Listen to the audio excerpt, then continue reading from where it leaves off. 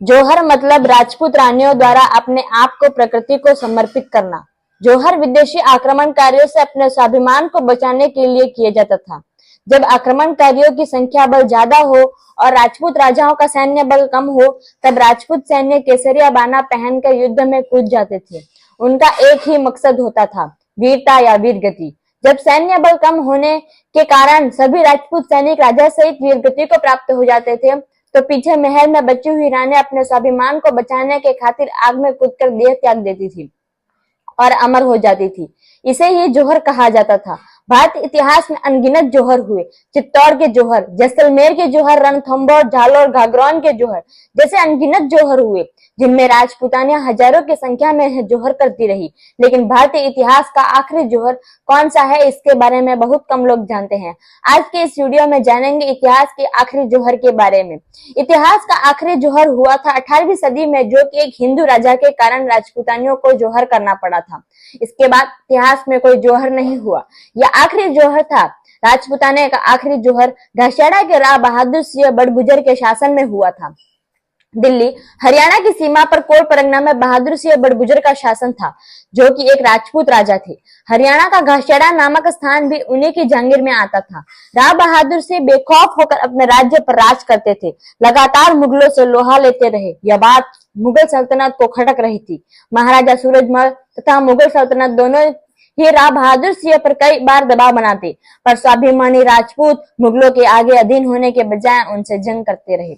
जहां औरंगजेब पूरे भारत के हिंदुओं को मुसलमान बनाने में लगा था, वहीं राव बहादुर सिंह अपने धर्म के प्रति अड़िग रहते थे और शान से राजपूतों की पताका लहराते। यही बात मुगलों को खटकती रही। औरंगजेब के सेनापति वजीर सब्रतगंज ने बहादुर सिंह को पत्र लिखा कि वे अपने किले के सामने तोप हटा ले, लेकिन बहादुर सिंह ने इसके बिल्कुल विपरीत होकर कुछ इलाकों पर कब्जा कर लिया, जिससे उन्हें भारी मात्रा में गोला बारूद मिले। जब ये बात वजीर सब्रतगंज को पता चली, तो वे घाटशेड़ा पर आक्रमण करने को तैयार हो गए। उन्होंने सहायता के लिए भरतपुर के राजा सूरजमल को कहा। भरतपुर के राजा ने मुगलों से मित्रता कर अपने पुत्र को आक्रमण में सहयोग करने का आदेश दिया। राजा सूरजमल के बेटे जवाहर सिंह ने बहादुर सिंह कोल परगने को घेर लिया। इस समय बहादुर सिंह अपने पैतृक जागीर घाटशेड़ा में थे। मार्च 1753 भरतपुर के राजा ने घाटशेड़ा को चारों तरफ से घेर लिया। अपने बेटे जवाहर सिंह और मुगल सेनापति सब्रतगंज को उत्तरी छोर पर तैनात किया।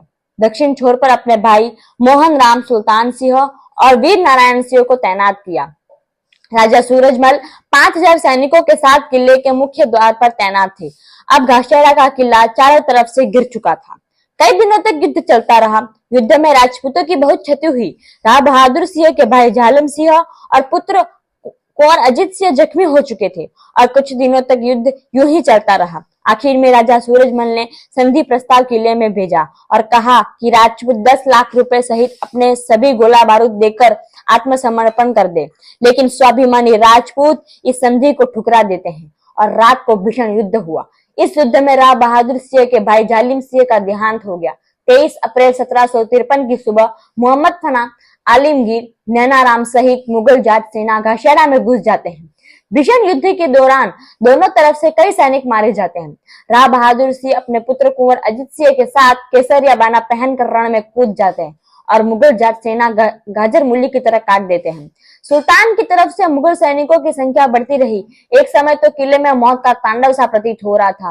राजपूतों की संख्या कम होने के कारण जीत की कोई उम्मीद नहीं दिखाई दी। राव बहादुर सिंह की पत्नी, पुत्री समेत अन्य सभी राजपूतानियों ने जौहर की नीतियां बनाई, लेकिन किले में लकड़ियां नहीं होने के कारण राजपूतानियों ने गोला बारूद पर बैठकर जौहर किया और मुगलों से अपने अस्तित्व की रक्षा की। राजा सूरजमल और मुगलों के पैरों तले जमीन खिसक गई जब उन्हें पता चला कि लकड़ियों के अभाव में सैकड़ों राजपूतानियों ने गोला बारूद से जौहर की रस्म पूरी की और इतिहास में अमर हो गई। इतिहास का यह पहला और आखिरी जौहर था जो किसी हिंदू राजा के कारण हुआ।